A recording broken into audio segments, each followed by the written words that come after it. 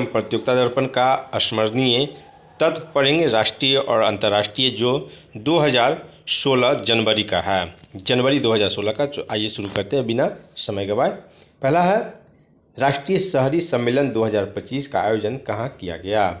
इसका आयोजन जो है नई दिल्ली में किया गया है, यशोभूमि में। और इसका थीम जो था वो शहरी विकास और शासन महत्वपूर्ण है।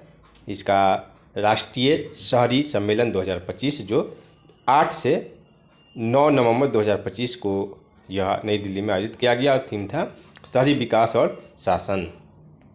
और दूसरा है भारतीय हॉकी के 100 वर्ष पूरे हो गए हैं और इसका आयोजन जो है किया गया शताब्दी वर्ष, ये मेजर ध्यानचंद राष्ट्रीय स्टेडियम नई दिल्ली में मनाया गया और 100 वर्ष पूरे होने पर। और इसमें जो है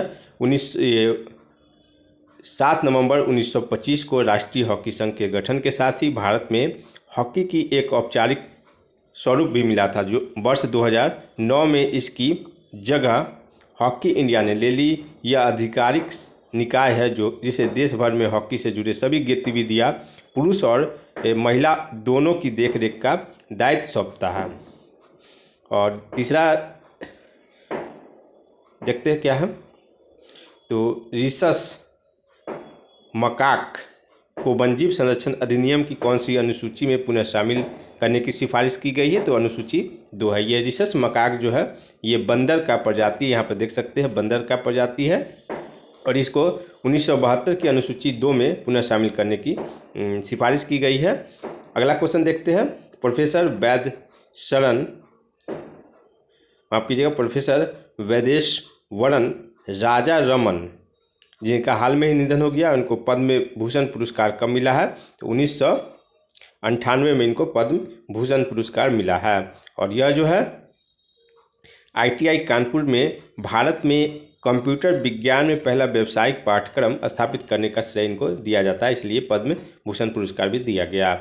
5वां नंबर है छठे राष्ट्रीय जल पुरस्कार 2024 के तहत सर्वश्रेष्ठ राज्य की श्रेणी में किसे प्रथम स्थान मिला है, तो ये महाराष्ट्र को मिला है। इसका थोड़ा सा डिटेल यहाँ पर देख सकते हैं क्योंकि इसका क्वेश्चन जो इससे पूछता है।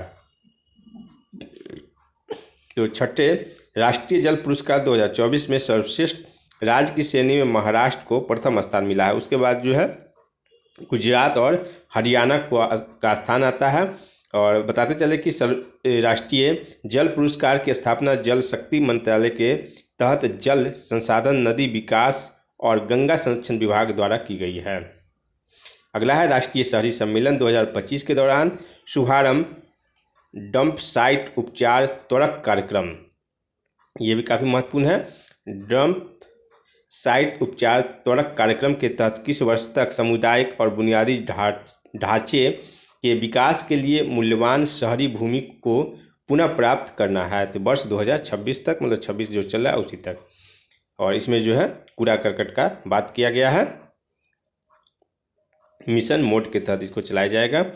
उसके बाद है सुप्रीम कोर्ट ने झारखंड सरकार को सारंडा वन के संबंध में क्या निर्देश दिया है, तो इसको जो है वन्यजीव अभियान के रूप में अधिसूचित करने का यह निर्देश दिया गया है, सारंडा वन्यजीव अभयारण्य।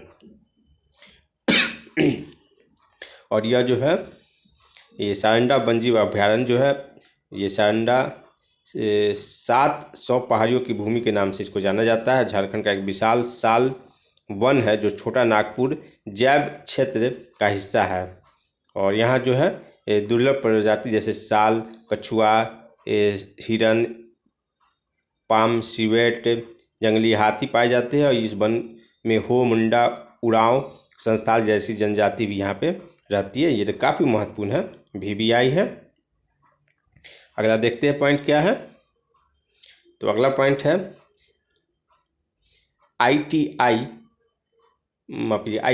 IIT बॉम्बे द्वारा विकसित भारत का पहला क्वांटम डायमंड माइक्रोस्कोप किस तकनीक पर आधारित है, ये नाइट्रोजन रिक्त NV केंद्र पर आधारित है।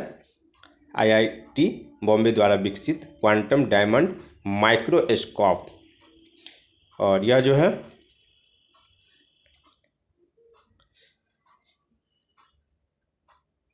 3D इमेज को सक्षम बनाती है चुंबकीय क्षेत्र की तरह। यह जो है अगला है सालूम रदा थिमका। सालूम रदा थिमका जिनका निधन हो गया है और उन्हें किस उपनाम से जाना जाता था? तो भारत की वृक्ष महिला के नाम से जाना जाता था सालूम रदा थिमका को। और यह जो है कर्नाटक की थी।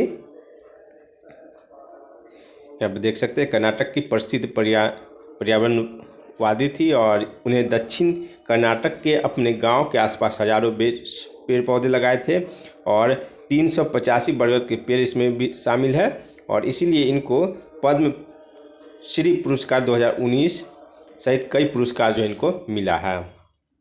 अगला पॉइंट देखते हैं गोगाबिल झील, जिसे भारत का 94वां रामसर स्थल घोषित किया गया है, जो कहाँ है? तो बिहार में यह है गोगाबिल झील और यह जो है कटिहार जिले में अवस्थित है गोगाबिल झील, जो गोमुख आर्द्रभूमि है और यह जो है महानंदा और गंगा नदी के बीच फैला हुआ है।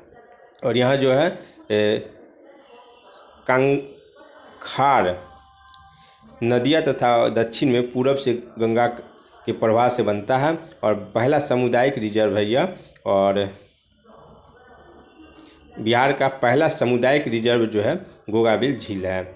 और बक्सर जिले में गोकुल जलाशय और पश्चिम चंपारण के उदयपुर झील को क्रमशः जो है रामसर स्थल 52वां और 53वां घोषित किया गया है। 92 93। उसके बाद राष्ट्रीय के बाद अंतर्राष्ट्रीय में क्या है वो भी देख लीजिए, महत्वपूर्ण है काफ़ी। तो जलवायु जोखिम सूचकांक 2025 के अनुसार 1995 से 2024 के बीच चरम मौसम की घटनाओं के कारण वैश्विक स्तर पर कितने लाख लोगों की जान गई है? तो 8.382 यानी कि 8,32,000 जो है लोगों की जान ज़्यादा गर्मी के कारण या फिर मौसम के बदला चरम मौसम के कारण जो है गई है। उसके बाद दूसरा है हाल ही में वैश्विक क्षय यानी टीबी जो है रिपोर्ट 2025 की संस्था द्वारा जारी किया गया है। तो विश्व स्वास्थ्य संगठन WHO द्वारा इसमें जारी किया गया है और इसमें जो है भारत का जो है 2015 से 24 के बीच जो है ये टीबी के नए मामले में 21% की कमी आई है और मौत मामले में जो है 28% की कमी आई है। और भारत जो है 2025 के अंत तक टीबी की समाप्ति का लक्ष्य रखा है। तो 2025 समाप्त हो गया है, अब 26 चल रहा है।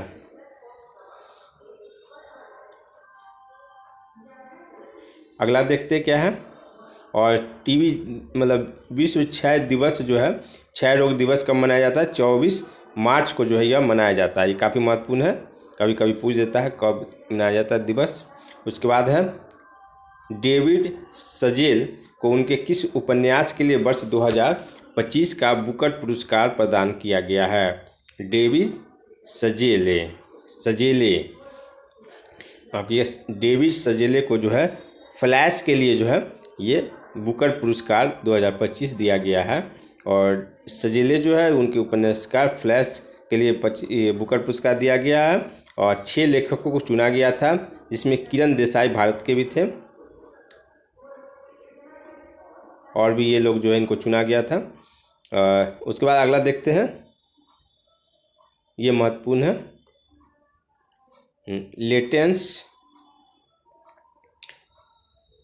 काउंट डाउन 2025 रिपोर्ट के अनुसार 1990 के बाद गर्मी से जो है होने वाली मौत में कितने प्रतिशत की वृद्धि हुई है? 23% की वृद्धि हुई है। जेम्स डेवी वाटसन का निधन हो गया है। डीएनए की संरचना की खोजने में किसके साथ यह काम किए थे? तो फ्रांसिस्की क्रिक के साथ यह काम किए थे, जेम्स डेवी। और ये क्या अगला है जलवायु परिवर्तन प्रदर्शन सूचकांक CCPI 2025 में शीर्ष रैंक किस देश का प्रदान हुआ है? तो ये डेनमार्क जो है शीर्ष स्थान प्राप्त किया है और इसमें भारत जो है इस वर्ष 10वें स्थान पर रहा है। कितवें स्थान पर रहा भारत? तो ये 10वें स्थान पे रहा है। जलवायु परिवर्तन प्रदर्शन सूचकांक 2025 में 10वें स्थान पे है। उसके बाद है भारत कोडेक्स एलिमेंटेरियर्स कमीशन। ये थोड़ा सा English. Bharat codex Alimentarius commission में किस क्षेत्र के लिए पुनः निर्वाचित किया हुआ है? ये भी काफ़ी महत्वपूर्ण और एशिया क्षेत्र के लिए पुनः निर्वाचित हुआ है भारत। हाल ही में सेंटिनल-6B उपग्रह किस रॉकेट द्वारा छोड़ा गया है? तो फाल्कन 9 रॉकेट द्वारा छोड़ा गया है। और ये जो है नासा राष्ट्रीय महासागरीय तथा और वायुमंडलीय प्रशासन जो है और यूरोपीय अंतरिक्ष एजेंसी का संयुक्त मिशन था यह। और यह जो है महासागर ट्रैकिंग उपग्रह है जिसमें 6 वैज्ञानिक उपकरण लगे हुए हैं। और ये जो है कौन छोड़ा है? तो फाल्कन 9 रॉकेट से इसको छोड़ा गया है। अगला देखते हैं। भारत और फ्रांस के बीच गरुड़ अभ्यास कहाँ हुआ है? तो ये फ्रांस में ही हुआ है गरुड़ अभ्यास, मोट में। और यह जो है द्विपक्षीय वायु अभ्यास युद्धाभ्यास है और यह जो है फ्रांस में ही हुआ है। उसके बाद कौन सा देश तंबाकू पर पीढ़ीगत प्रतिबंध लगाने वाला विश्व का पहला देश बन गया है? तो मालदीव जो है पहला देश बन गया है तंबाकू पर प्रतिबंध लगाने वाला। इसमें जो है किसी भी व्यक्ति को सिगरेट या अन्य तंबाकू की खरीद पर अस्थायी रूप से रोक लगा दी गई है।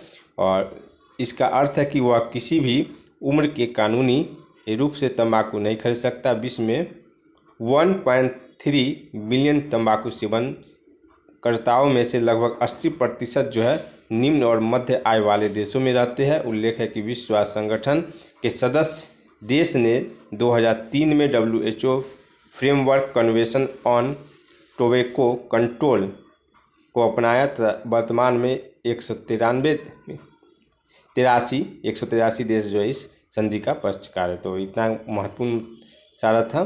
तो अगला वीडियो में देखेंगे कुछ नया। तब तक के लिए मिलते हैं अगले वीडियो में। थैंक यू, जुड़े रहे।